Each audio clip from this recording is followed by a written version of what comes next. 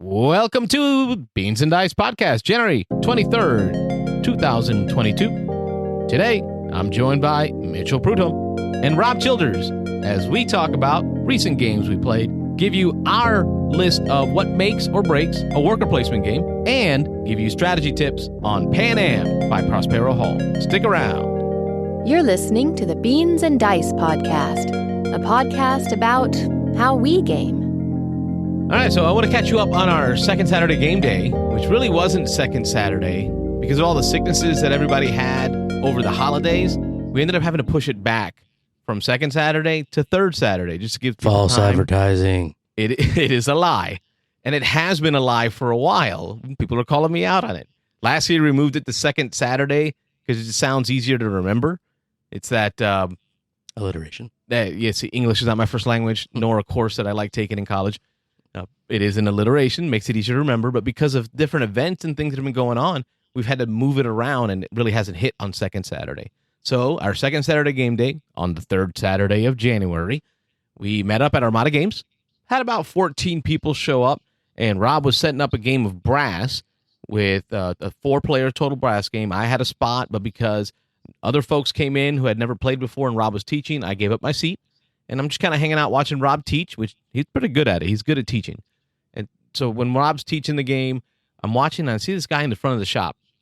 He's got a game of Tyrants of the Underdark sitting in front of him, box open. He's got his rule book out, kind of playing with the components. And I'm asking around if anybody knows who this person is. Is he here with the group? Is it a friend? Does he need help with Tyrants? And nobody knows. So, of course, I step up, put on my Beans and Dice uniform, my little baseball uni that I have with the Beans and Dice on it. You got to build that brand, man. Exactly. It's hot, though, in that store with that shirt on. So I walk up there and I say, hey, I see you got Tyrants of the Underdark. Got a game coming up? Can I jump in? And I ask him about the game, and he says, if he's here for the group, and he says, no, I was at Barnes & Noble, and I saw a copy of it on the shelf, and I wasn't sure if it's a game for me. So I found out that Armada has a copy in the demo library. Armada Games out of Temple Terrace, Florida. So he pulled out, he said, I drove up here and pulled it out. I just wanted to play through the components, read the rules, kind of see if it's something for me. And I offered to teach, and he accepted. So Chris, nice guy. But unfortunately for Chris, William shows up. Zeno shows up. And William loves Tyrants. He introduced me to it. Zeno shows up. Zeno wants to learn it. And when Carlos, Zeno, and William get together for a game, it's not the most copacetic environment. It is quite harsh. We are war gamers. We attack each other. We call each other names, all that fun stuff. And I tried to hold it in because I know that as a group host, my job and my role tends to be the guy who is there to welcome people in, to invite people to the group, make sure everybody's got a game. I usually don't get to play the games I want to play. I'm usually there to make sure that others have a game to play, right? Because I want to build the group, build the community.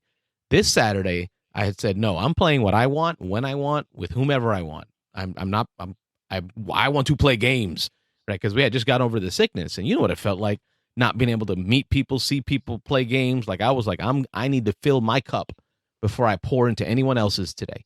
And that was to get games in. So poor Chris, he got the brunt of it. And towards the end of the game, Chris won. He did great. He won. A lot of it had to do because the three of us were just beating the crap out of each other. But that allowed Chris to take the win. And I was worried that I scared him away. I really was, because we were just kind of attacking each other, yelling at each other, calling each other names. But Chris stuck around like a champ, stayed around for one more game with us that evening. We played Seven Wonders Architect with Chris. So it was overall a great game day because I did get to play all the games I wanted to play. I played Tyrants. I played Clash of Cultures. I played Tortuga 2099, I think it is, 2099. It's got numbers. And then I played Tyrants of the Underdark, which is an amazing game, and got to play Seven Wonders Architect. So I got a lot of games in, and all the ones that I brought that I wanted to play. So it was a great Saturday game day. First of all, I just want to comment. I love that you're calling COVID the sickness now, like we're some medieval peasants. Like, oh no, I bathed too many times, so now I have the sickness. I love that that's where we are with the pandemic right now. Secondly, I just want to kind of tail on your commentary about kind of that dichotomy between hosting and being a player. We have a weekly game day at Anubis, our friendly local game store here in South Louisiana. It's about 45 minutes from me. So usually during the school year, I'm a teacher, I don't go, but during the summers I do. But there's a local bookstore in New Iberia where I live. A while back, they wanted to start a game day, and I thought, man, this is perfect. This is my niche. You can get new people into the hobby, because if you're in a board gaming store, you're gonna attract board gaming people to play games. But people who are out looking for books and things, hey, what's going on? So we had one there, and at first, the people that were there, of course, were my friends, because I kind of spearheaded this. So my friends are there. We kind of break off into groups, start playing games, and then randos start walking in. It's like, ooh, this is cool, but we're all in the middle of a game. So it's like, I can't come here and be Mitchell, the competitive gamer. I have to kind of do what you're talking about. And so eventually, I'll be honest, our New Iberia game day kind of petered off, because with it all being on me, that's hard. That's a tough role to have. And so we kind of had to default back to driving to Lafayette if we want to have a game day, just because there wasn't enough, I guess, leadership here in town to take it on, because I couldn't do it all the time. So props to you. I'm glad you got Clash of Cultures in. I remember you said you were going to set it up and sit there and just wait. So I'm glad you got that working. For me, I've been doing a lot of gaming the past week.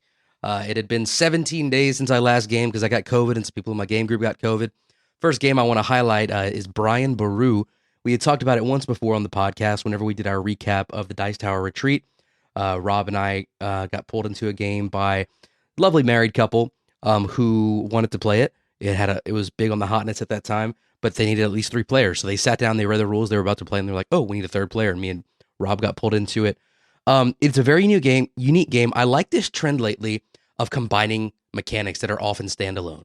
So like with Arnak, I know we talk about it all the time, but it's deck building plus worker placement. So Brian Baru is area majority plus trick taking. I'm not a huge trick taking fan. I've played them before. I remember Carlos, you were teaching me Fox in the Forest at the retreat, and you had to like review for me the basics of a trick taking game. That's how few I had played. And then the next day we played Brian Baru. It's very, very light on the trick taking. It's all about trying to unite like the different provinces of Ireland and become the High King. If anybody's played Inis, I've heard lots of people, like I explain this game to them, they're like, oh, I love Inis. What is this, Inis 2.0? Sarcastically. Inis with war. Exactly. Well, but here's the thing. As Tom Vassell would say, how many games are there about like trading in Italy in the Mediterranean? Like, Ireland can have 2 games, okay? Italy has like hundreds. Let Ireland have its 2 games, all right? So the way it works is there are different kind of tracks that you're trying to work up. It's kind of weird. One of them is a marriage track. You're trying to secure this political marriage. There's also Viking incursions. There's also the church. And so it goes through a series of rounds depending on the player count. And there's a deck of 25 cards, and there are 3 suits and a wild suit. So there's only one of each number.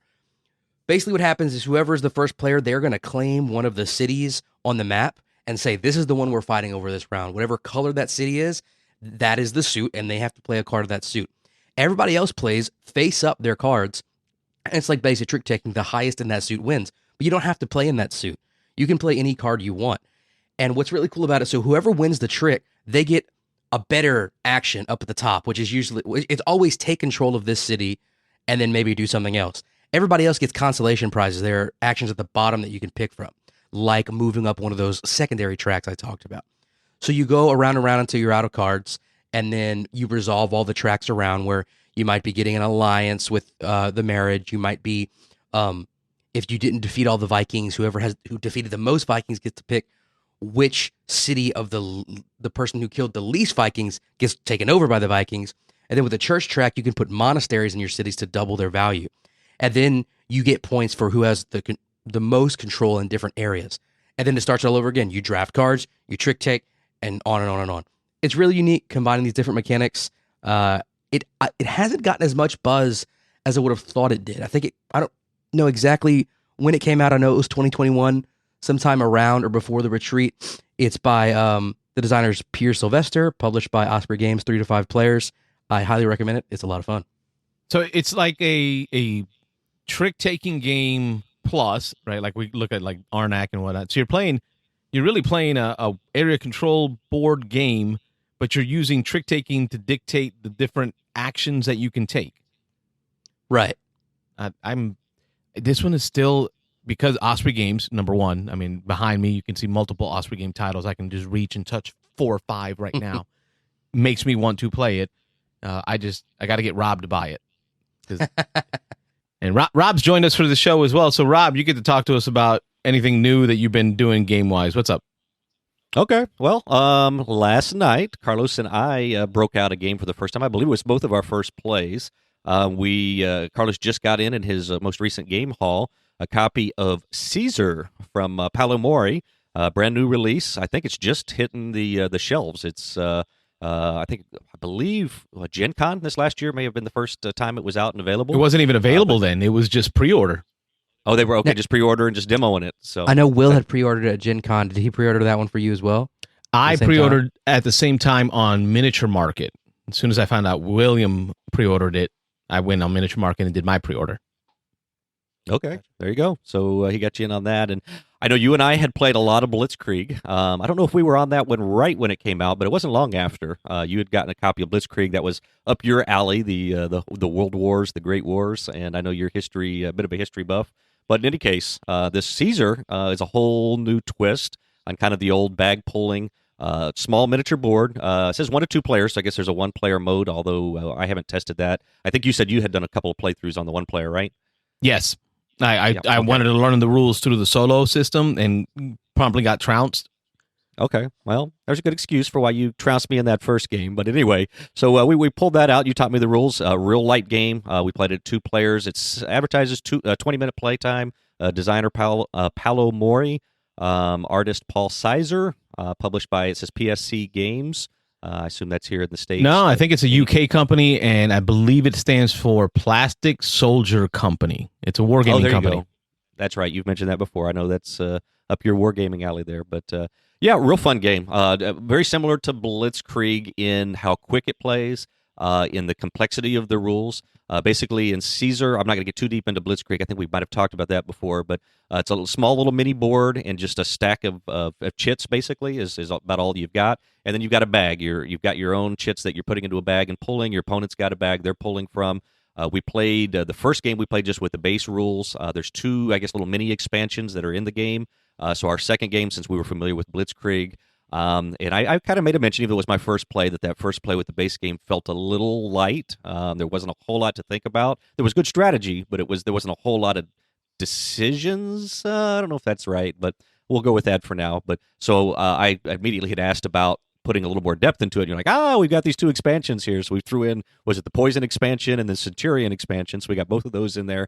And that hit the level that I think I was looking for. That got us closer to Blitzkrieg. It got some more options into the game. It got a little more thought about where you go, the order that you want to try to take territories. But basically what you're doing is you have these little strength tokens, and they're split in half.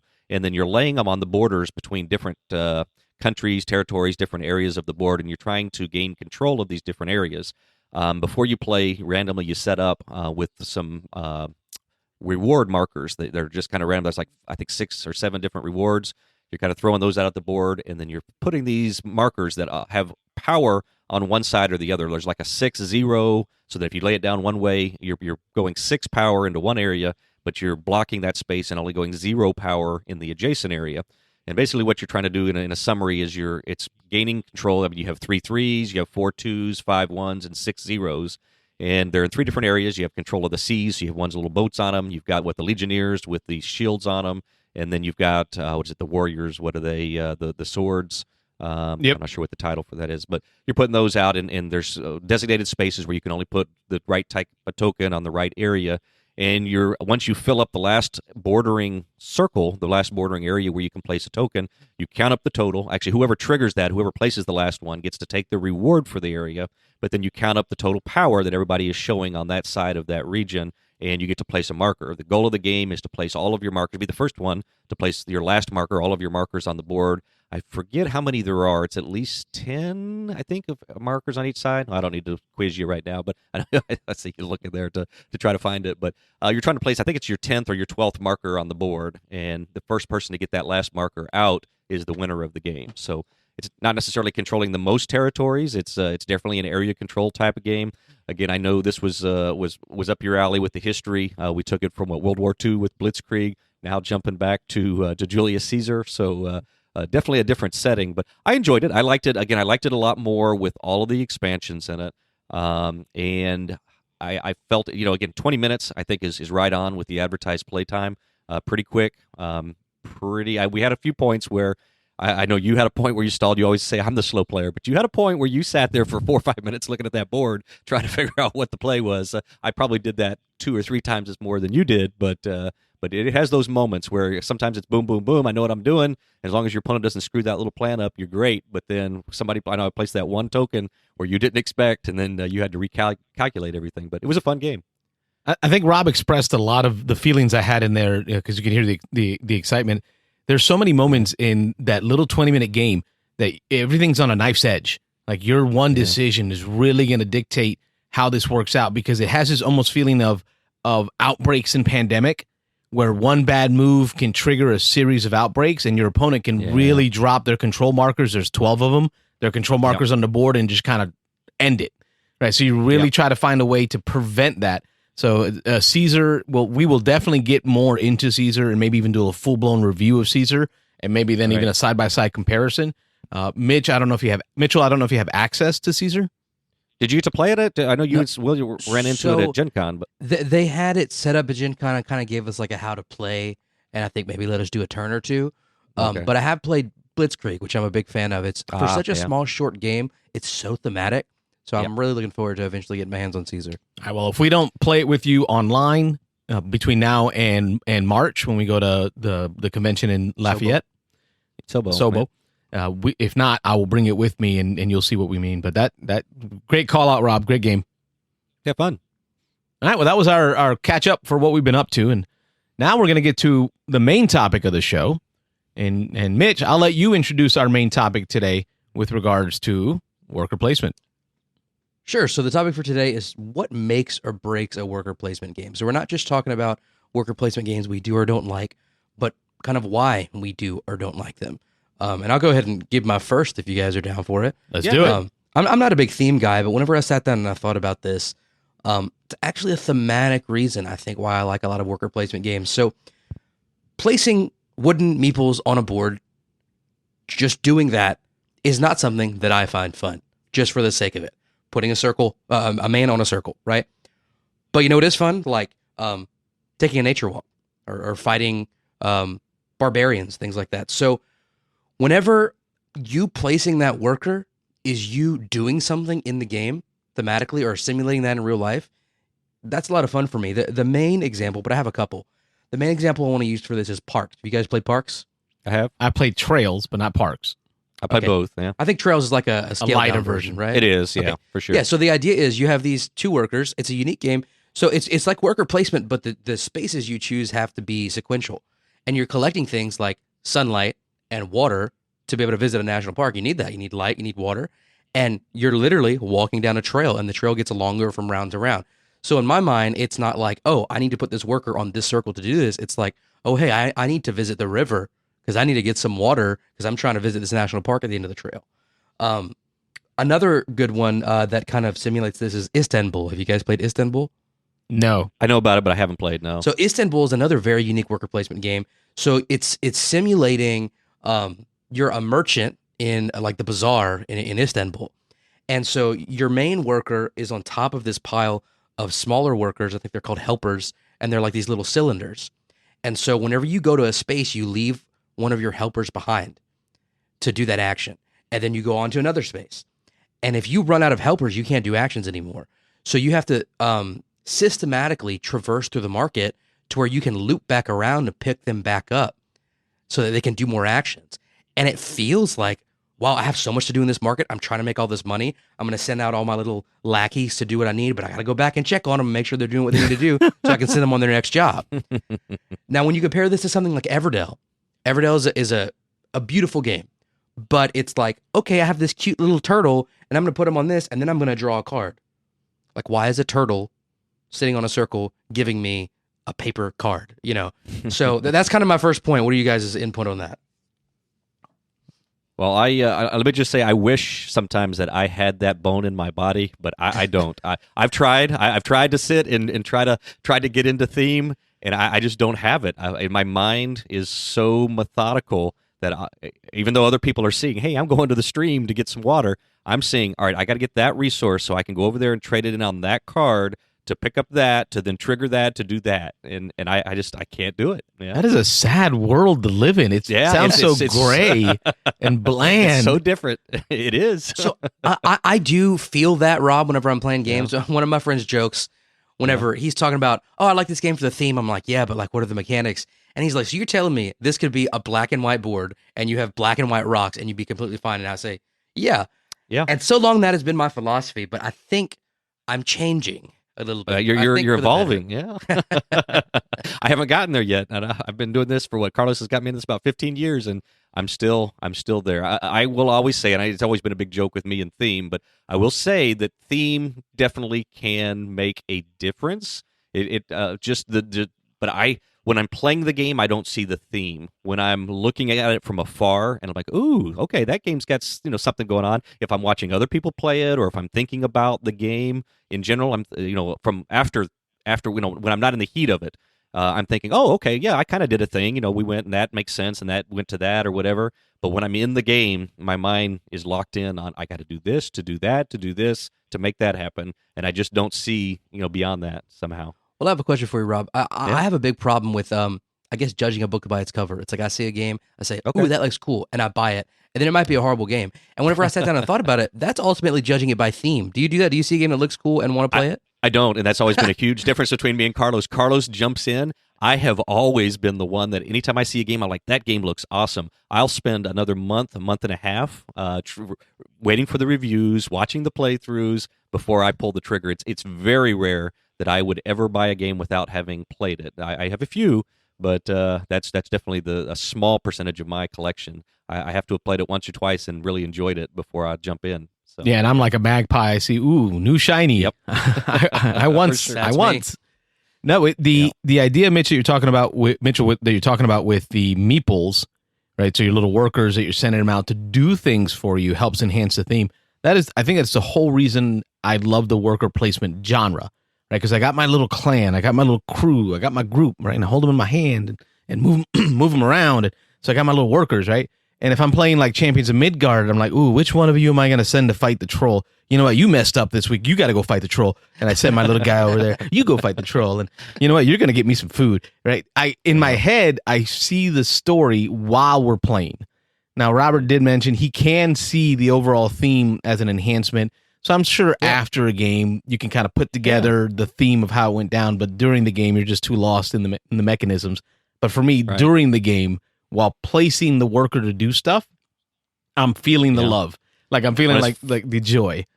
It's funny that you mentioned that because my daughter, Emmy, when we play Orleans, she names each of the knights that she takes and puts in her bag. And even though when they get in there, they're all mixed up and she doesn't know which one's which, when she pulls a knight back out of the bag, she's like, oh, that's Roger. That's, I met him over by the creek. She's got a little story going on. And so we all laugh about it when she does it. So I'm like a teenage young woman. Okay. Little teenage girl. Yep, that's how I play my games. That's a little bit more than I'll go into theme, but I appreciate it. That is what I think it makes or breaks a worker placement game. So some of the worker placement games, I know we weren't going to go into too much detail exactly about specific worker placement games and why we like them or not, but like Euphoria really just didn't hit off for me because I just couldn't, although they were my peoples and I was sending them to do things, the dice, right? You roll the dice, they give you different numbers based on the power and then you use them. It never connected, like the story never connected for me. Right? And another game in that genre, the post-apocalyptic, future type was the Fallout worker placement game. I think William owns it. That one hit off great. Like that, I felt like these are my little meeples, and you're gonna go fight that guy, and you're gonna go get me some cola. It's different. Could definitely be pretty heavily thematic. Yeah, for sure. What doesn't work for you? Like, what are things in worker placement games that maybe you felt didn't work right? Yeah, I know we mentioned this just briefly when I was over at your place last night, so I did a little thinking about it. But I think the thing that hurts me the most when I think about it, or the thing I don't like, is games that have too many options. And one that jumps to mind, actually, I haven't played it yet, but from what I keep hearing about it, I've got some anxiety over playing it, is Feast for Odin. And from what I understand, Feast for Odin, people love that game. But from what I understand, there's like 60 or 70 different places you can go. And me being a little on the AP side, I feel that when I play those games that give me too many options, I'm trying to min-max too much. And I'm trying to think every possibility. And when I do that, then and we've talked about this a lot in the past, the whole AP thing, but I start getting even more AP when I start feeling the pressure. I'm looking around and I'm seeing everybody's looking at me. Everybody's waiting for me to do my turn. Carlos is over there, as he is always vocal. He's tapping his watch. He's like, Rob, come on, you got to get going. You can't take 15 minutes for this turn. Whose turn is he's it? doing that, it makes me more AP. So now I'm worried about him waiting on me, and I'm like, oh crap, he needs me to go. But now I'm not thinking about what I need to do in the game. So the more I'm thinking about him, the less I'm thinking about what I need to do. And so I think for me in worker placement, I like a limited number of options. And I know a lot of people don't like that. And we talked a little bit about last night about Dune Imperium. I love Dune Imperium because it is so tight. And some people complain about that game. Resource management in that one is one of the tight parts that people don't like, but also just the number of places to go. There are some places on that board that just, only in the right situation, they're the right place to go. But there's like 5 or 6 or 7 spots that are almost always good, and people are always competing for those spots. And I prefer that. I like that tension there, in that I've only got a handful of choices. I need to pick the one. And again, it's probably part of that AP thing. Now, I don't have 15 things I'm looking at trying to min-max. I've got 5 spots that I'm trying to min-max. And again, I know, I realize that my AP is slowing everybody else down. It's interfering with other people's enjoyment of the game. But having too many choices, having to think about too many things, I think is a big issue for me. So I like limited choices. I like tight selection. On that topic, okay, tell me, I've always just kind of assumed this is how gamers' brains work, but I'm starting to realize that may not be the case.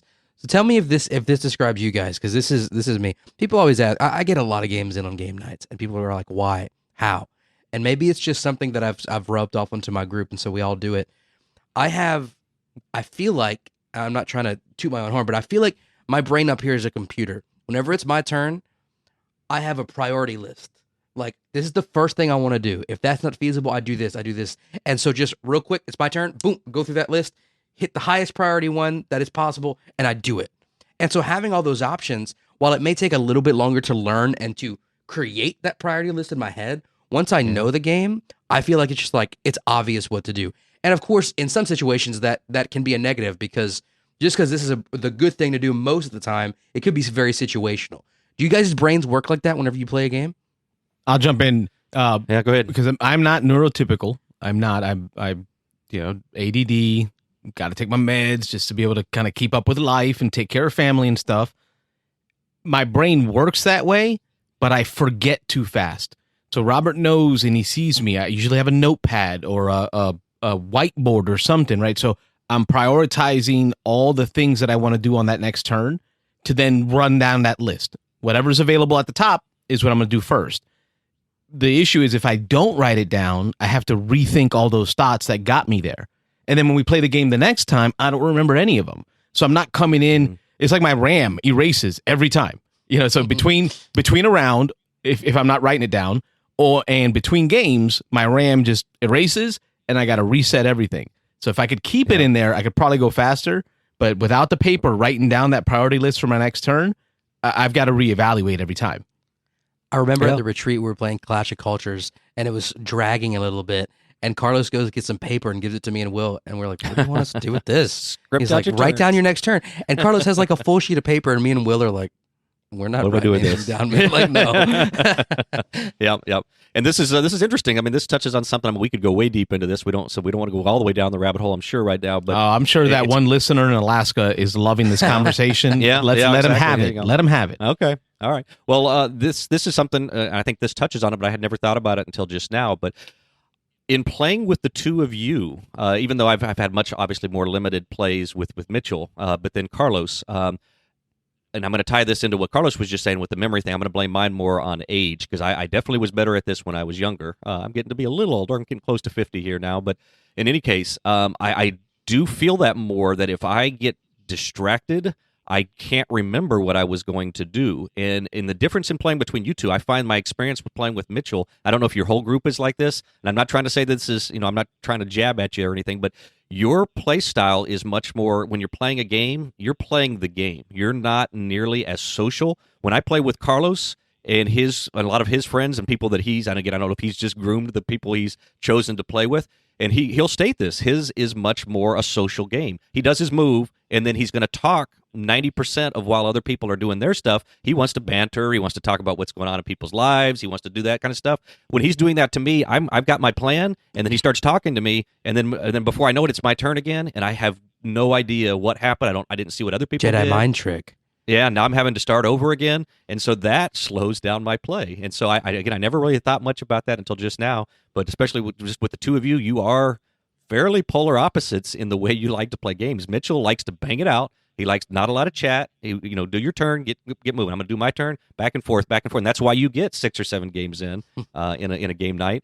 Carlos and I might play one game twice, and we tend to stretch. An hour game tends to go a little long, hour and a half, maybe 2 hours. But we're talking constantly about what's going on, the families, road trips, that kind of stuff. And so I think that makes a difference. Like I said, I hadn't thought about that much, but yeah, that's interesting. That's true. And a lot of the people in my game group, like the people that play at my house, were introduced into gaming by me. Okay. And so, not that I'm teaching them that this is how to do it, because that's Sure. how I play. They play that way as well. And of course, don't get me wrong. I mean, we're getting together on oftentimes a weekly basis and playing. There's going to be some socializing. Oh, sure. And sometimes I'm having, come on, guys, let's focus. I feel like I'm a teacher, okay, and I'm a dad. So Yeah. I feel like I become the dad and the teacher of the group, and I understand that's a Debbie Downer thing. And I apologize if I made y'all feel that way at the retreat. Oh, no. But yeah, you're right. I never really thought about it that way either. In my mind, that's just, you're playing a game, you're focusing on the game. And whenever people try to socialize, it's like, guys, like, there's a game going on. It's more important than this. So, but true enough. Good point. Rob, you touched on a very important part, the grooming of the group, the training of the how you played, like how you learned it. Right? Mitch, you mentioned that too. For me, I learned it on Friday nights in Puerto Rico. And one of my fondest memories, and I've mentioned it before, is going to sleep to the sound of dominoes being played outside my window, right? Because it just got too late. It's time for the kids to go to bed, right? But every Friday at my grandma's house, just outside their door, they would have domino tables set up, and the women would come around and play dominoes and chat about what's going on, and the grandfathers would go around and play dominoes and catch up with each other. So it's very much more of the social activity of playing the game is what brings you together for the talking and the sharing about what's going on with the families. So that, to me, the game gets you to the table. That's your opportunity to check up on people, have social activity. That's how I was raised. So it for me, that's how I was groomed, and I guess that's the kind of people I tend to go towards. Where Mitchell's building up a robot group of automatons that knock out six games in an hour. Yeah. I think this would be a great topic for a future podcast. I'd actually put that in the show notes. But one more thing, it's even to the point where, like, it's not like I schedule out the night, but it's like a game finishes and we're like, okay, guys, we're not in the middle of the game. We got 5 minutes. Let's order food right now. And then, so we're playing the game. The food gets there. Nobody touched the food. We're finishing this game. Then we can eat. Like, it is very regimented. See, I'm not. I'm like, hey, the food Carlos arrived. is at the table with pizza and a drink and a beer. Okay, you guys have been knocking on me about the whole burrito thing, right, at the retreat, that I Carlos. scarfed down this burrito and I scarfed down this Subway. But it's because I'm used to that. I'm like, okay, we're not playing a game. As quickly as possible, get food in your stomach so we can get back to another game. It's just the way that I game. That's what this podcast is about, right? It's how we game. That's how I game.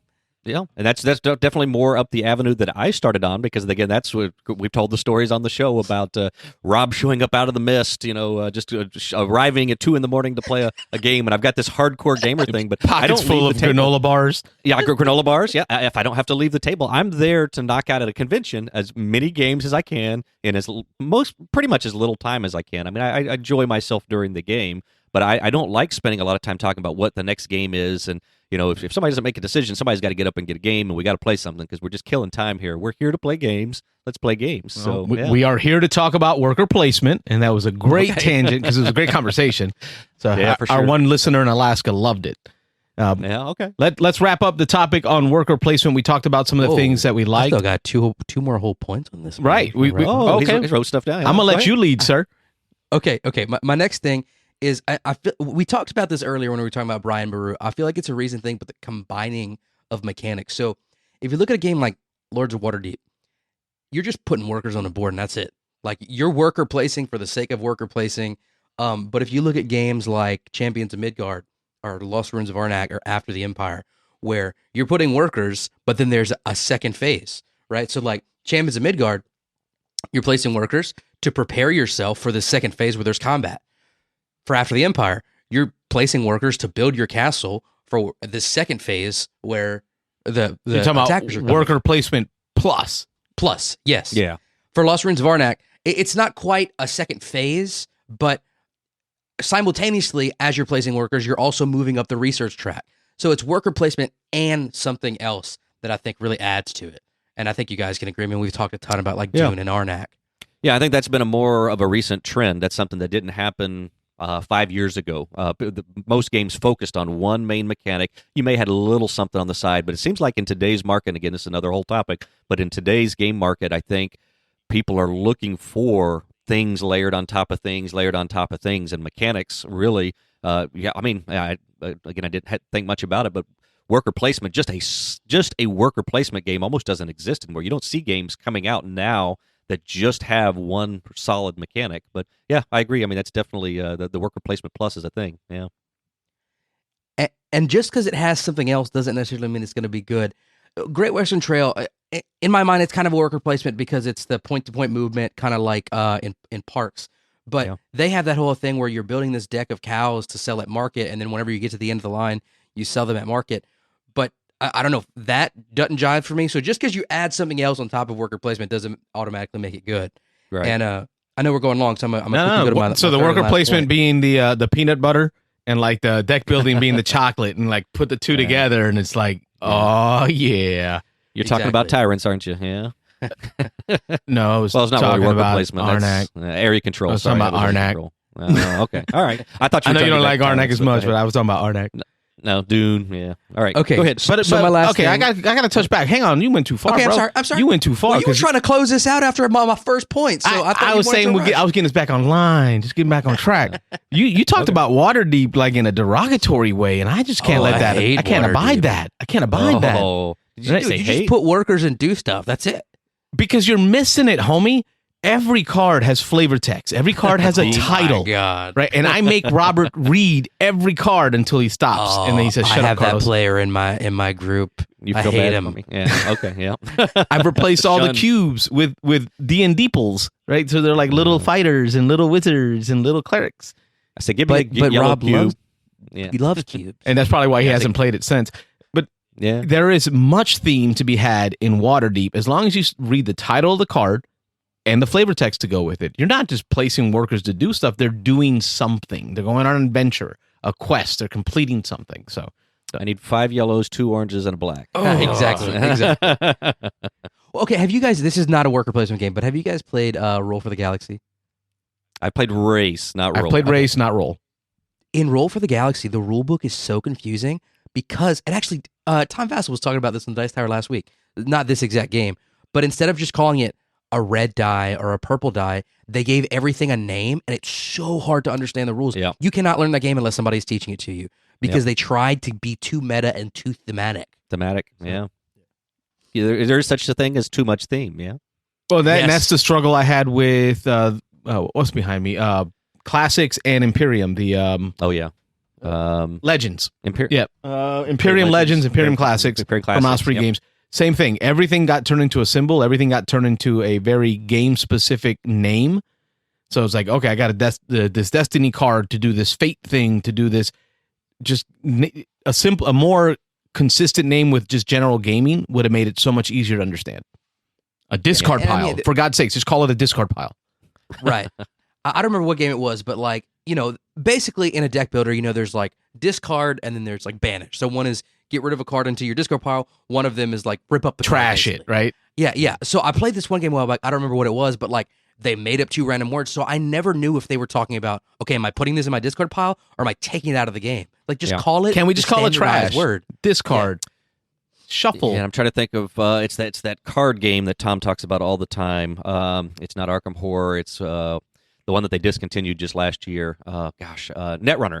The Netrunner card game. Yeah, That's similar supposedly- system. He complains about that all the time. That everything has a different name. Every action has a different name that is different than every other game. Discard pile is not a discard pile. Trashing a card is not trashing a card. That's the one he brings up. Tom Vassell brings up all the time. I know. So it's not an orange cube, Robert. It is a fighter. An orange. I feel Fighter. like you just got on our bandwagon saying that was a bad idea, Carlos. Except- and then you went back to this. That he switches the switch. Yep. Give me your next point, Mitch. What do you think about Okay. worker placement? My third and final point for worker placement is I like games that can be a little bit forgiving. So, if you think of viticulture, I feel like they kind of engineered this idea of a grande worker that could go somewhere where somebody else went. It's a more enjoyable player experience. Oh, look, he's got viticulture in his There hand. you go. Thank a you, more Jamie enjoyable Stegmeyer, player. sending me viticulture. We will get a review out for you shortly. So, if I have this whole plan, especially in viticulture, which also fits into what I was saying before, you're doing something else. You're placing workers and making wine, and it's very thematic. But you have to sequence all your actions, and if a single person puts their meeple in the wrong place, your whole plan is out of the way. So that grande worker is kind of like a little bit of a mulligan. If you guys have played Emotep, I consider that a worker placement game. Oh, yeah. The boats have multiple spaces on them, and once I go on a boat, it doesn't mean I'm the only one who can go on the boat. You can as well. Dune has some cards where you can go where somebody else has gone or reactivate an area. Sure. Now, again, just because it has this option doesn't mean it's a good game. Charterstone. Charterstone's actually really cool. If I remember correctly, I believe you can put your worker anywhere where another worker is, but the caveat is that they get their worker back. But just because you can do that, Charterstone is a vanilla game, in my opinion, just like Lords of Waterdeep. You're placing workers to do stuff. And yes, it's a legacy game that's changing, but yeah. What are you guys' thoughts on that? I'm liking that idea of being able to go where someone else went, and I know we're going to go deeper into this game at the end of the show. Yeah, I was going to bring it up also. Pan Am has done that on point, right? So there's the aspect, the mechanism where when you place your worker, you may place that worker where someone else is choosing to go. However, you got to think of the two negatives of it. Number one, they're going to get their worker back. Right, so now they've got another worker to go place somewhere else with more knowledge of where everyone else has gone, and you got to pay a higher value because every space has a cost, a dollar cost. Price, So you're going to pay to go there, right? So if I want to take Robert out of that space, for example, grabbing a destination card, I now have to go up to the next cost on that destination card, and I give Robert his worker back. Yep. That's the right. I mean, to me, that feels so good because that decision point of, do I just end this right here? Because I've got the last placement of this meeple, of this engineer. Do I just place somewhere where it doesn't give somebody back another worker, and we just end the worker resolution phase, go to resolution phase? Yep. Or do I just knock him out of that spot, pay the extra cost, but now I can trigger a whole chain of events that, because Robert could put that where it knocks somebody else out, then they can go put, and next thing I know, everyone's got much more higher costs. Everyone's is paying more for every action. That's a great decision space that Pan Am found. Yeah. I don't want to kill Pan Am because, again, I know we're going to talk about it, so I don't want to kill the later conversation. But just touching on it, Mitchell mentions the punishment or the freedom between the two. And Carlos and I have found, and we talked a little bit about last night when we played another session of Pan Am, that between 2 players and 3 players and 4 players, the number of engineers that you get and how quickly the board fills up changes drastically. At 2 players, that is a different game than 4 player. And I don't know that I like it any less at 2 player than 4 player. And I know Mitch might have a different opinion on that, but and we'll get into that later. But that at 2 player, the game is less penal. You've got more spaces to go to, or there's just same number of spaces, but you've got the board's filling up not as fast with your opponents, and you've got more of your own engineers, your own workers, basically, that you're placing out there. And sometimes in that game, I feel like I've got an extra worker at 2 players that I can just go do something I wouldn't have normally have done. I might just throw it down there for a directive card just because I've got 5 workers, and I may really need to do 4 things this round. But it's interesting. We'll get into that, I'm sure, a little bit later. At a 4-player game, right? At a 4-player game, I'd be lucky to put 2 routes down in 1 round. Oh yeah, right. In a 2-player game, Robert, there were times when one of us would put 3 routes. Oh, well, no I think problem. at the end, we had 3 and 3. Yeah, yeah. So very different. All right. Well, let's wrap up worker placement. Our final thoughts on worker placement. I guess my thing is going to be what makes or break. In conclusion, for me, it's going to be theme. Right. So, what are my workers doing? That really has to match with the game for me to enjoy it. And for me, I like it a little more free flowing, a little more open, where it's not as cutthroat. I just kind of want to have a nice chill, relax, play my meeples out there and doing what I want to do to build my little engine. And just to recap, my thoughts are almost exactly the opposite on that part of it. Is that I like it. I like it tight. I like not to have too many decisions. I don't like to have to think about what's going to happen if I go there. What's going to happen if I go there? What's going to happen if I go there?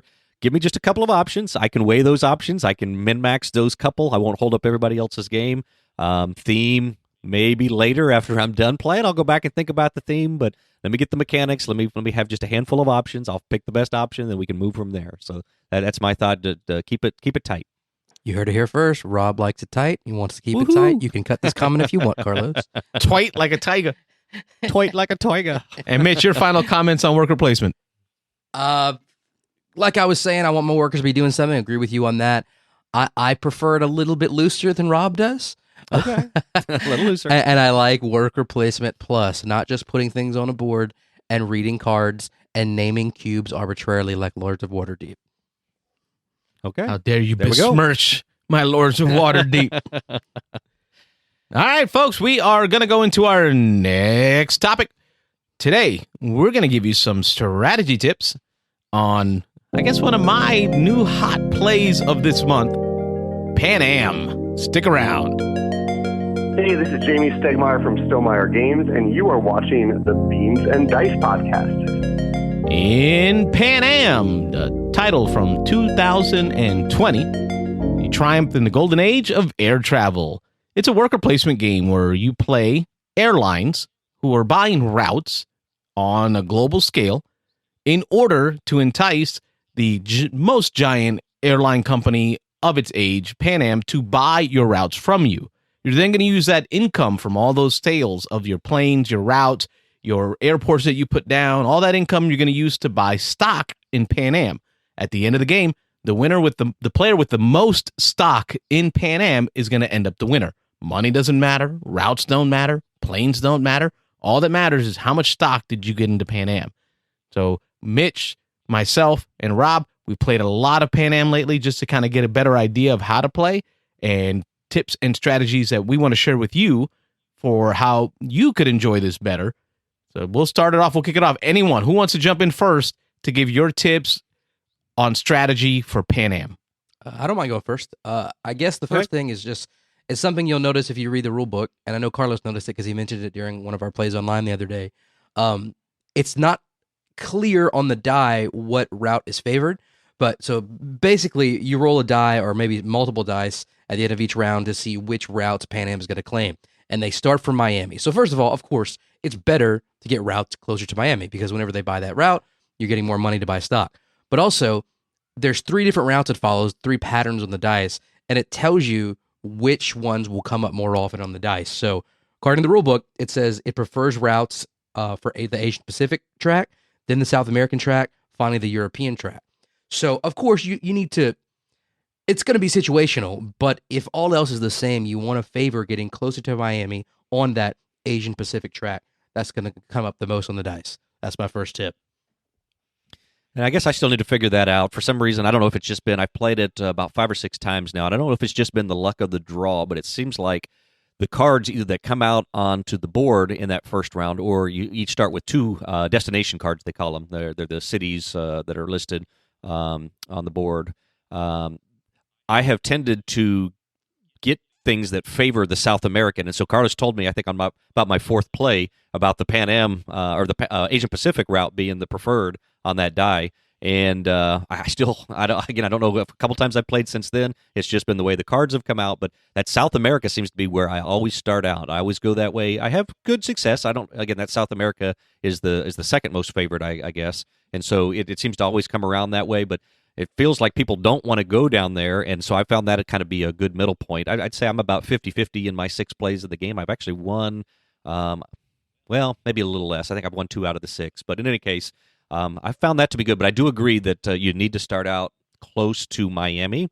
You need to get a couple of those routes down there that are going to be bought early in the game so that you can make some of that cash and start that engine going.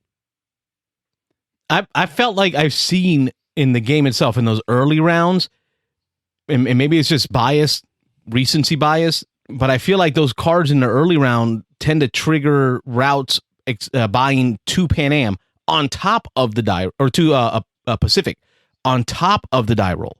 I mean, and maybe that's just my recent bias. Bias. Yep, because I feel like I see it. Those cards tend to come up more in because there's 7 rounds, folks, and then each round there's a card, an event card, and the event card is going to give you a special event, something that triggers. It's going to tell you the year because it starts in the 20s when Pan Am was created, and then it's going to tell you if the stock price goes up or down, or if it sets it to a certain number, and it's going to tell you how much it expands. I just feel like there's a lot more of the Pacific Asian route, like bonus buying happening on those cards. Did y'all feel that too? Yeah, I think a little bit, but yeah, I don't know. I'd have to think about it while I'm playing, I guess. I haven't particularly noticed. No. Okay, and that's just maybe it's his last few plays. I feel like the first card has always been Pan Am buys the first route on Asian Pacific. In round 2, there is one of the 4 cards because in each of the rounds, there's 7 rounds in the game, like Carlos mentioned. Each of the rounds, there's 4 cards, and so you shuffle the 4 round 1s and you randomly draw one. You shuffle the 4 round 2s, you draw one, and you make a deck of 7 cards.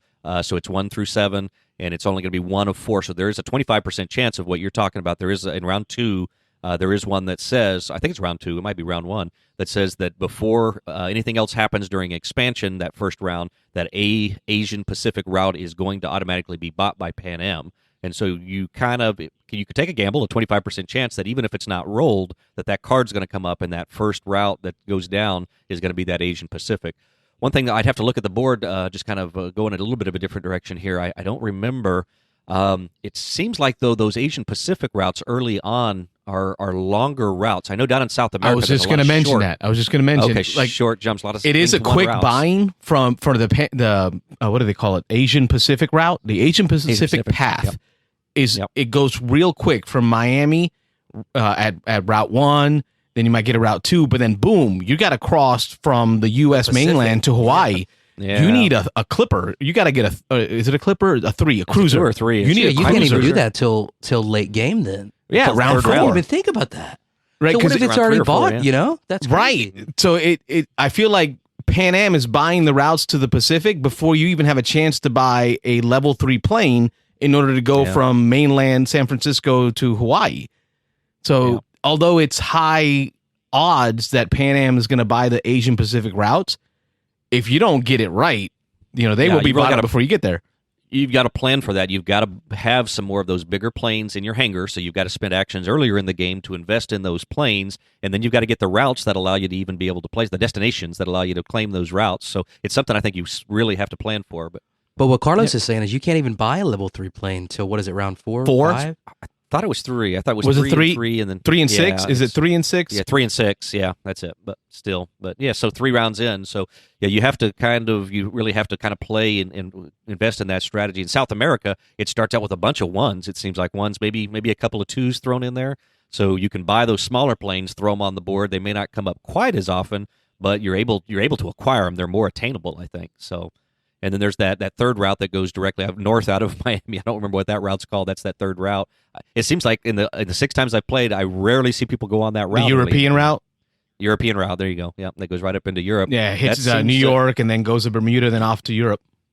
And that must be longer. My guess is longer jumps, again, early on, because I know there's a long 3 that you have to get across to get up to Europe, if I remember correctly. Yeah, because once you hit Bermuda, you got to fly all the way to... Wait, it goes from New York to Bermuda? No, New York to Bermuda is a 1. Well, no, it also goes to Gander, but see, now you're talking about routes that aren't on Pan Am's path. Right, so it's another whole strategy conversation. Those solid lines, What's cool about this game is there are going to be multiple routes on the board, but only certain routes are on Pan Am's buy, right? Their expansion dice to buy. Yep. You can buy these other beautiful long routes that give you a lot of income and bigger planes, but they're not on Pan Am's basic path for the game. So you're risking not being bought. And there's one of the side of the die. It's a 6-sided die, so there's one side of the 6-sided die that you're going to roll usually once or twice per round that has a Pan Am symbol. And if that comes up, you can sell any route. It doesn't have to be on one of Pan Am's preferred routes, but that's where you sell these long, solid line ones. And so the very first game we played at Dice Tower Retreat, that did not get rolled a single time. Actually, I think I mentioned to you, Carlos, I think I played 3 games where it never came up. Without Pan Am was never rolled a symbol. The last 3 games that I've played, it's come up probably a law of averages, of course. It came up 6 or 7 times in the last 3 games. And I've last played. night, twice in one round, we had 2 back to expansion back. rolls, Yeah. and Rob rolled the Right. Pan Am symbol twice. I had a 4 out and a 3 out on solid lines. So the non Pan Am routes that I was able to sell for big money. And that was, I won by 2 stocks last night. Yeah. That did it for me right there. That was that round that let me get that win. Yep.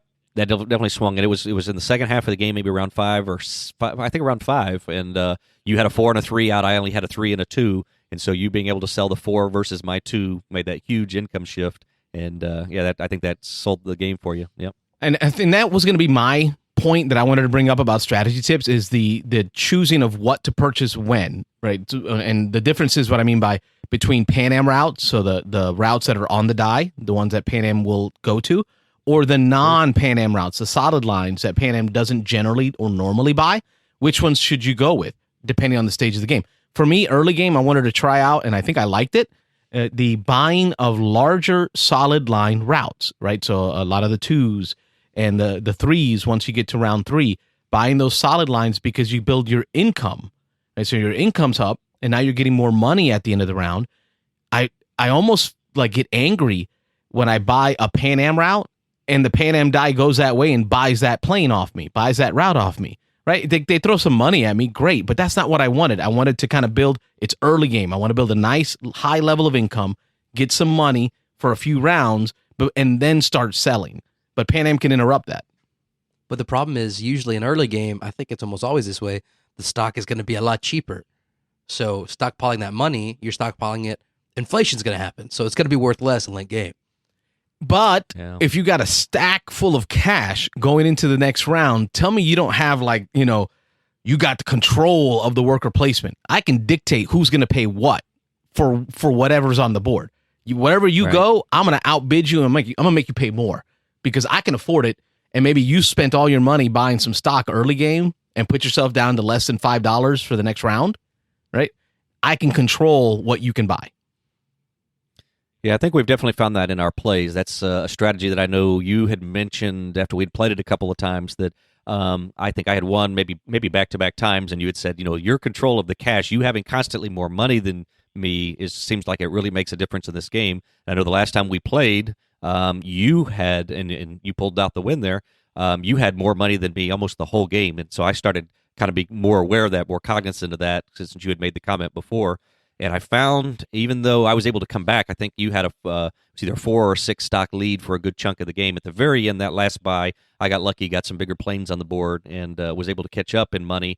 But just being behind the whole game ended up making the difference. And again, I do feel it was because of the money that you had. You were able to keep the bank. Although there's got to be a trade-off on that, because I've seen games of this go where at the end, or pretty much the whole game, the stock has never gone above $5 or $6 a share. And then I played, it was at least one game where it jumped up fairly early, and it was in the upper half of the range almost the whole game. And so stocks were so much more expensive, and just buying one stock sometimes could make the difference from round to round. So there's some randomness there, obviously with the die roll, the fact that there's a die in the game and which routes are going to get bought in what order. But also that stock price. Those cards can fluctuate that stock price. Some of them set it to a specific stock price, and some of them just bump it up or down by one. And so if it starts low and you keep getting a bunch of those that just go up one, down one, up one, down one, it's going to stay down at the low end. But I think there's a card in the mid-game that bumps it up to like $8 or $9 a share. And if you get there and then it just keeps going up one or down one or maybe up one a couple times in a row, and you get up there where it's $9 or $10 a share for 2 or 3 rounds, that can make a huge difference, and that makes a big difference on what you decide to do, because any money you spend at the end of round buying stock is money you don't have to then bid on the worker placement part of it and try to outbid people and get what you need. So it's a real good dynamic. I mean, it's a really strong, and we've mentioned this on the show several times before, a game that came out as a Target exclusive. I don't know, I don't believe it's still a Target exclusive. I saw it at Walgreens yesterday. Oh, there you go. So yeah, I mean, it really is just a well-designed game. I'd like some Robitussin, some Newports, and a Pan Am. Pan Am. Well, actually, my kids were there to get their COVID vaccine, and then they were kind of weepy afterwards. So we were like, "Let's go get a toy," And I was like, "Look, guys, they have some board games. You don't want to?" Like, "Wow, it's Pan Am. I already have that one." Cool. Mitch, have you used the money advantage in a game to control? Have you felt that yet? the first game we played, I played with Rob and Nick and Yep. you guys' friend from the Captain Sonar game. I can never remember his name. Sorry. I forget to, yeah. So I felt like I needed to keep some money in the reserve my first game to be able to do those things. It didn't work out. I think I came in last place. At home with my game group, I've had more luck buying as much stock as I can every round. And of course, that's situational, but that's worked out for me with my game group. Actually, anytime I've played Pan Am with one of you two, I've lost. And I think every other time I've won. So Well, I don't know what that the says, opponent or but, yeah. Oh, I don't know. Yeah, it's interesting. Those are interesting decisions. And again, I every time we play this game, and again, it's I think it's 6 plays for me. Every time, no matter who I've played with, after we've usually actually halfway through, but definitely after we're done, the immediate reflection is, wow, this is a solid game for a for a game that came out at Target. It's again, just to throw it out there, designer and artist Prospero Hall. So it was a group design. It was a lot of people, I'm sure, who worked on this. Publisher was Funko Games, and this came out. I mean, this was what, $30, maybe $35 when it first came out. Components leave a little to be desired. I mean, there's some neat little plastic planes. And, those planes are way too small. I know they have the pips, but it's too hard to tell the difference. Yeah, Paint it's 'em. funny.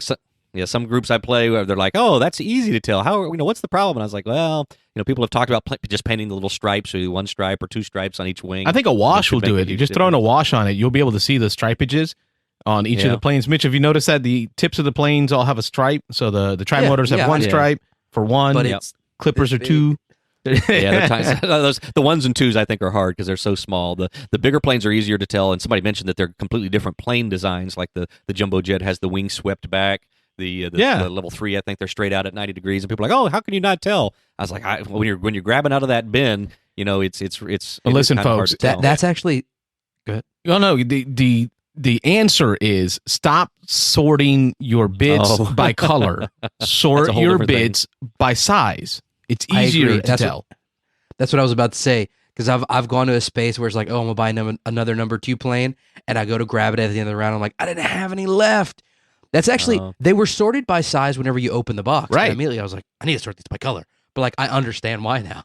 Well, the color, I think, comes in because you have all of your other pieces, and if you want to throw everything into those 4 little bins, you put all, including your engineers and your cube and everything. You can throw all the green in one bin, all the yellow bin in one bin. So I think that's why, naturally, a lot of people have gone towards that. Yeah, you throw them all in those bins individually, right? And then you take the bins and you flip them upside down and pour them into the box and call it a day.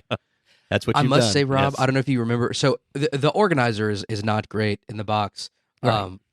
But Rob helped me pack this back up because I had to shove it in a backpack to get back on the plane. It all stayed together. You did a fantastic job. Nice. All the way nice. home to Louisiana. Completely contrary to what Carlos is doing now. And again, as he's mentioned a few times, he's literally, the last 2 times we played it, he's taken the box, put it on the side of the table, taken his arm, swept cards, pits, everything, all in one big sweep into the box, fold up the board, throw it on top, and then we sort it out next time we play. So That board is trash. Do you guys have trouble folding it? Oh my Carlos gosh. has a crease on the across the board where the top. When they laid looks the like when paper, it seemed like crumpled it crinkled, and it's got this Yeah. crease down the middle. And I'm like, I can't complain for like for $30. a $30 yeah. Target game. It's Yep.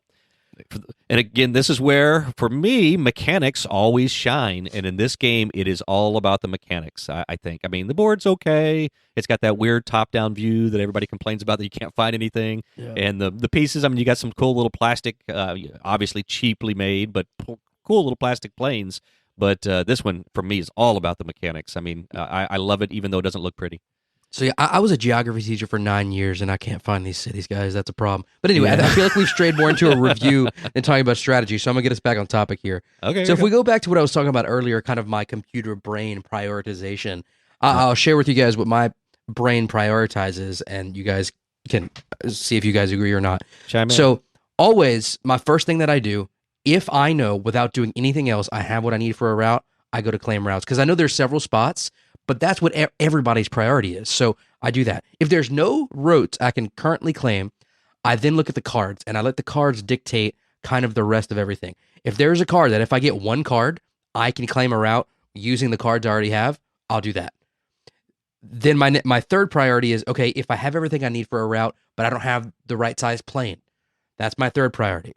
And then my fourth priority is there anything that's free? that can cost Right. something. I'll try to get the free As one. we get to the last placements, right? Everybody's put stuff down. Are there any free spots with my last guy?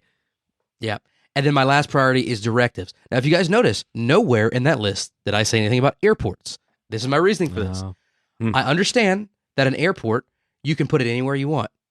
But a destination card, once the airport is placed, is the exact same as an airport with the added benefit that you can discard it to make it count as other places. You can't Or do that with an pairs. airport. Airports are pointless, in my opinion, and they cost money. Discuss. I disagree. Yeah, I disagree. Airports are actually fairly high up on my priority list, and I if I can get a 3 airport. One of the things, though, there is a card, a directive card. There's several copies of it in the deck that gives you money for every airport that you have on the board.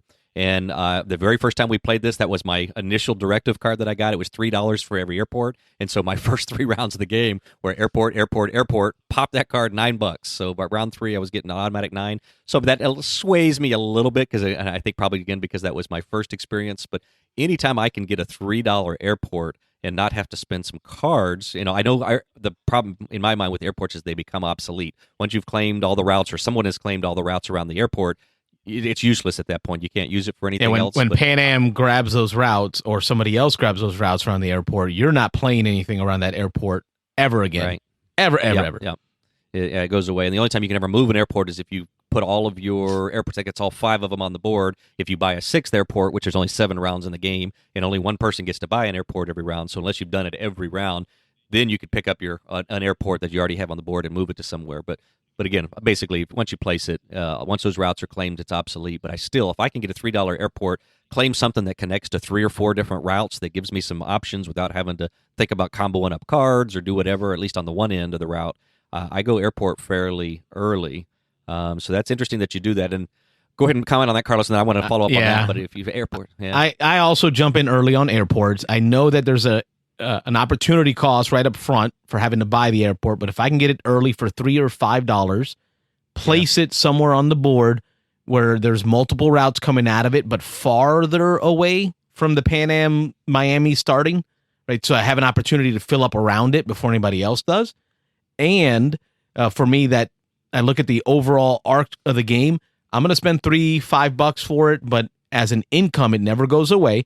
So I'm going to get $1 extra a round for 6 rounds in round 1 if I buy it in round 1 or 7 rounds, right? If I buy it in round 2, I'm going to get $6 for it. So I feel like I've only spent $3 or $4. I'm getting money for it early. If I can build, I like having a little bit of income each round. Yeah, early the game. And then I put it somewhere where there's like multiple jet lines, like 3s, 4s coming out of it, so that late game, I don't have to fight for that card to be able to drop a big plane on it. Yeah, this is making me think even more strategy and even better. That's the whole point of this segment, Robert. Yeah, exactly. I hadn't thought about it, but I mean, on the fly here, if you can buy an airport and put it to somewhere that connects to 3 or 4 or 5 different routes, and have it on a transition area. What I mean by there is you have these different regions that have different colors. If I can put it in an orange area that touches a green area, like a Hong Kong, a blue area, then I just spend 1 blue card. I can get that route. Then I can spend an orange card, get the route coming from the other way. I can spend a green, get the route coming from the other way. I'd have to look at the board again to see how many good spots there are to do that. But if you can buy one right on the edge and combo that up with a couple different colors of cards, man, I think that would be a pretty good strategy. Yeah, Paris, Hong Kong. I put an airport in Hong Kong last night, and that thing came out for me great, except for when you took Manila from me. Right, I took the one you really wanted. That route, I jumped on it early. So, and that's where let's rewind just a little bit. So you say your number one priority was placing, if you have the stuff, is placing on the claimer route. I know there is a risk in doing what I do, but I actually do that just the opposite. I don't claim routes till the end. I get out there and get the stuff that even if I don't need it right now, I might need it next round. I want to beat people to try to get the other things, buy a cheap plane, buy a cheap card, grab an airport. I do my routes at the very end. I know that's risky because if somebody then comes along and claims the route that I wanted, because the claiming of the routes goes in the order from left to right of who took that action first. So it is risky. And again, I snaked Carlos on that last night. He actually he bought a route before me, but he didn't know I was looking at the route he really wanted. So he actually placed his plane on a different route altogether. And then I came in second and took the route that he really wanted. And he was like, "Oh, that was stupid. I should have done that one first." But I was so excited about this other route, getting this 3 out there, that I did that first. So again, I can see where it really could bite you in the butt. But I tend to push that claiming route off a little later. I like to watch where people are going, whether they're going after an airport, whether they're going to buy some planes, whether they're going for specific destination cards, and I like to battle them there kind of on the early end, and then go to those routes later. So, yeah, interesting. I like to do that as well, but for, I guess, a different idea behind it is I like to see what I think you're going to go after and make you pay. Right? Okay, And going to the routes, no one will ever overbuy you and give you your worker back. You're not going to get your engineer back by placing routes or directives. However, that's not the same case for airports, destination cards, and planes. Right? So if I see that you need or trying to get a set of colors for cards, I'm going to put myself on the 2. Right? I'm not even going to start at the 0. I'm going to start at the 2. I'm going to make you go and take me off for the 4. I'm going to put myself all around all the other spots other than routes. And my intention is that you will knock me off, and then I'll take that meeple and put them on route. Right? Later. So I kind of want to do the battling for all those other spaces and then let you give me back my meeple so I can put them on a route. I guess that's a little bit where I struggle in this game. I think I focus too much on my game and not enough on the player interaction and the take that and things like that. I think I could improve my play style if I take some of that advice. We do a lot of that. I was actually going to dovetail. Carter started to talk about it there. My third thing that I was going to bring up from your priority list there, and this isn't out of priority, but that leads to the question of when you're claiming those destination cards, you can just a quick for the people to know. So it starts at 0. All of them start at 0. So you can put a bid of 0 out. If nobody else goes there, you get the card for free. But then it goes in increments of 2, 4, 6. I think 8 is the top. 6 is it. 6 is max. Oh, 6 is the top. Okay, 6 is the max. So if you hit 6, nobody can then bid over you. So, but you can bid anywhere along that line. You don't have to start at 0. You can start at 2. You can start at 4. You could start at 6. I don't think I've ever seen that happen. But if you really, really absolutely needed something, I guess you go straight to 6. You know you're going to get it. You're going to pay a pretty penny for it. But what is if you're looking around? Obviously, if you see that somebody needs that blue card and you need that blue card, and there's only one up there on the destinations, you're going to tend probably to go to a 2 or a 4 right off the bat. But if you don't specifically see that somebody needs that, where do you? I mean, is it always that you're going to start at 0? What's your thought on that? I mean, sometimes I do, sometimes I don't. Sometimes I'll go 0, but sometimes even if I know that somebody else doesn't need it and I need it a little bit, I might start on the 2 just to see if somebody really wants it for the 4. Depends on how much money I have. I will, if I need it, I'm going 4. If I need an airport, I'm going 5 because I think 7 is just a bit steep for an airport. I'm taking notes here. Go ahead.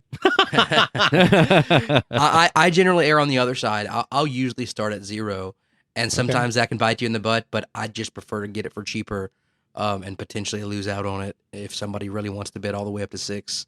Well, I hate that feeling when I kind of want the card because maybe it matches up. Like I've got one blue, and even though I'm not going blue this turn, if I get a second blue, I can use them for a wild because you can always cash in 2 of one color for any destination of a different color. So there's a blue out there. I'm like, it'd be nice to have that blue, and then I go 0, and then somebody jumps on the 2 because they kind of need it. I'm like, oh, well, I didn't want it 4 worth, So I guess there's that little bit of a regret. I was like, oh, if I gone 2, I know they wouldn't have gone 4.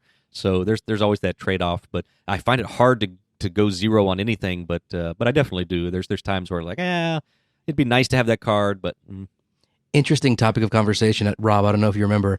In our first game, I believe Nick outbid himself on a destination card just as like a pass action to see what everybody else was doing.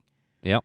We looked that up to see that you could do that. That's what I reminded Carlos the last couple times we played is he's like, you can't outbid yourself, can you? I was like, oh yeah, you can. It said it in the rules that you can. So you can take. It's kind of a stall tactic. You get one of your pawns back. You're paying a little more because you're stepping up. But my initial thought, I had asked about it in the first game because I had bid 0 on one, and then when it got back around to me, I felt I was in that situation where I was like, ooh, I think the guy across from, I don't remember who it was, but whoever it was at the table, somebody at the table, I was like, they kind of need that card, so actually I probably should have gone 2 because I think they won't pay 4. So I just had asked casually, I was like, can I outbid myself? Can I just go to the 2 now and take my 0 back? And we looked it up and found out that you could.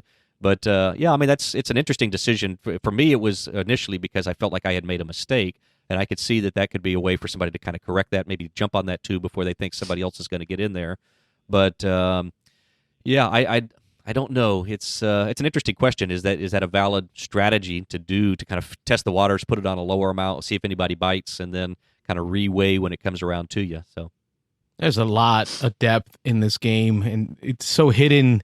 It's so enjoyable to see something such a mainstream avenue of approach for being able to buy this game.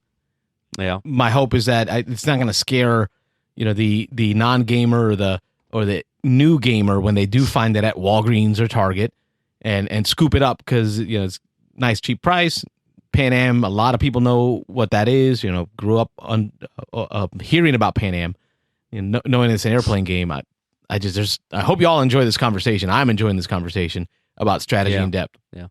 Yeah, and again, it just that's the impression everybody gets from this is like, oh, Pan Am, that's kind of a family weight game. That's kind of a that was a Target game. This is a mass market game, and then people play it the first time. They're like, oh, hold on, that's that's not your typical off the shelf Target game. There's some stuff going on in this one. So yeah, it's really been one we've enjoyed diving into here the last couple of months. So my last point, kind of in conclusion to wrap this up, is, and it seems like you guys play this a different way, but for me, what I do is I like to have a huge library of cards so that I'm not having to discard cards.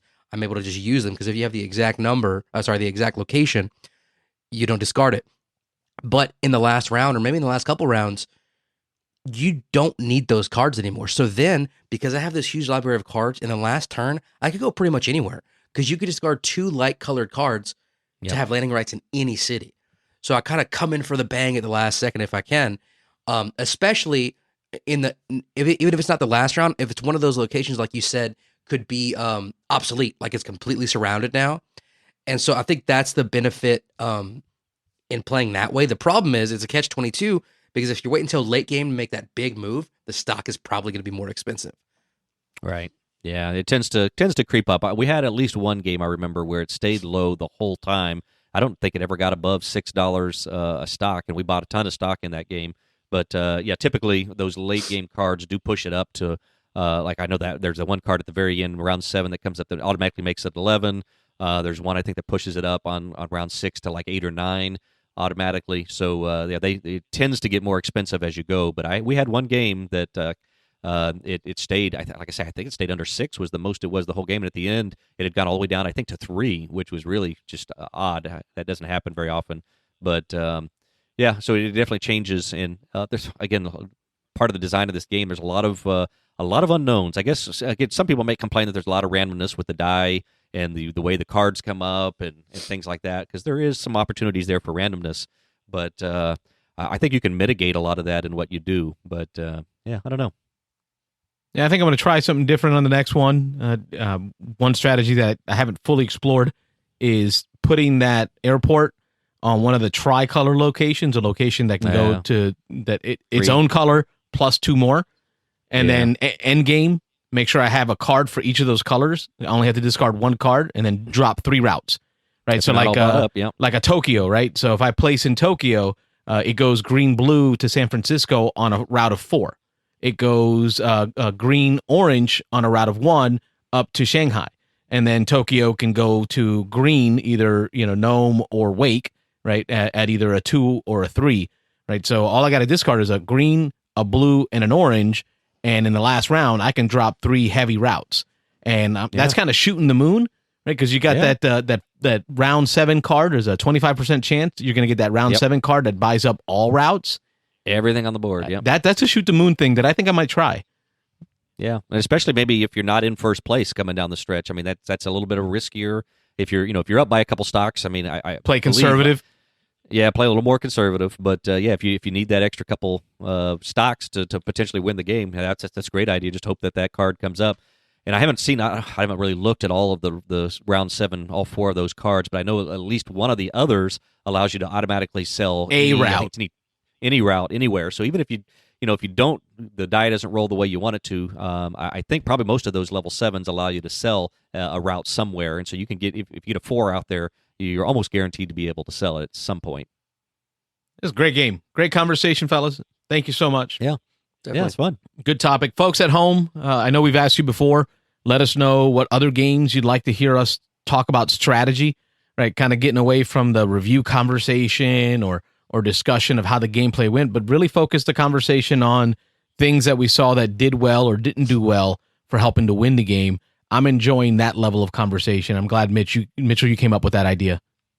Yeah, thanks. It was fun. And I'd really like, all of us have very different takes. You guys are a little bit more similar than mine in terms of strategy. I would love for a devoted listener to play this game, trying to be Rob, trying to be Carlos, and trying to be me, and see each of them. which works best for them. And we could all be wrong. You guys let us know, wow, that's a horrible strategy. You need to do this to win. We're not professionals. We're just some yoo-hoos who's played this game a handful of times. Exactly. Yeah. That's just our opinions, but we'll play this more. I mean, this is a game that Carlos and I have, every time we play it, we're like, oh, this is good. I mean, this is one that's going to hit the table multiple times, and especially with content creation. I mean, we're trying to play so many different games. We're trying to get so many different experiences in. For a game to hit the table more than just once or twice in a year is saying something about the game. And we've played this game, I played it 6 times now in, maybe 4 months. So, I mean, this probably this the is most one that we've that's done of any game in the last year. in a while. Yeah. Yeah, a long time. Most So repeated this is one plays. that's, and I think it's going to keep coming out. It's light enough that I can play it with the family. It's heavy enough that I can play it with gamers. It's a good mix. Yeah. Yep, we're going to keep doing more of this every other Sunday. The goal is to drop a podcast, so kind of a conversation, just an audio podcast to go along with and complement our main thing, which is our call-in show. Our call-in show Thursday nights. Don't forget, YouTube Thursday nights, we live stream a call-in show, 9 p.m. Eastern, for about an hour. We take your phone calls to talk about games, so hopefully you'll join us there. The call-in show doesn't allow us to have these deep conversations, and that's what this is going to be the complement for. So if you like what we're doing, let us know. Make sure you rate the podcast on whatever subscribing service you use. Put a comment or a review in there. That helps other people see it, and share with your friends, and email us, beansanddice@gmail.com to tell us why we're wrong, or join us for the live call-in show and call in and tell us why we're wrong. Tell us why we're wrong. Tell us why absolutely. we're wrong. For the Beans and Dice podcast, I want to thank you all for coming out. Mitchell and Rob, I want to thank you for joining me this morning. Of course. I'm Carlos. I'm Rob. I'm Mitchell. And we're a podcast about how we game. Thanks for watching the Beans and Dice podcast. Don't forget to like and subscribe.